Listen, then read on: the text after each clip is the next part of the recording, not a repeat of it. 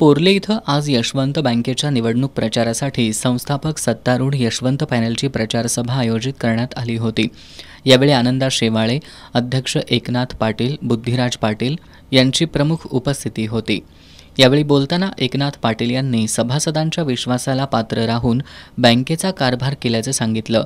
बँकेच्या तांत्रिक सक्षमतेमुळे रिझर्व्ह बँकेनं शाखा वाढीला परवानगी दिली आहे। बँकेच्या माध्यमातून काम घेऊन निवडणुकीत तुमच्या पुढे आलो असून आपली सेवा करण्याची पुन्हा एकदा संधी द्यावी असं आवाहन पाटील यांनी केलं।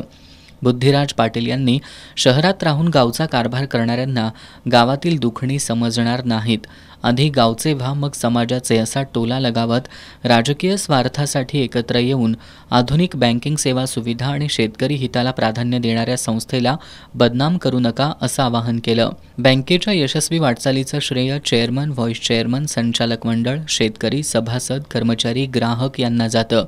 सर्वच घटकांना यशवंत बँक हक्काची वाटावी आणि ती सुस्थितीत राहावी यासाठी एकनाथ पाटील यांच्या नेतृत्वाखाली अनेक योजना राबवल्या आणि त्या यशस्वी करून दाखवल्या। त्यामुळे यशवंत बँक जिल्ह्यात आदर्शवत ठरत असल्याचं बुद्धिराज पाटील यांनी सांगितलं। संजय चौगले यांनी एकनाथ पाटील यांच्या कामातून प्रेरित होऊन सभेला हजर असल्याचं सांगितलं।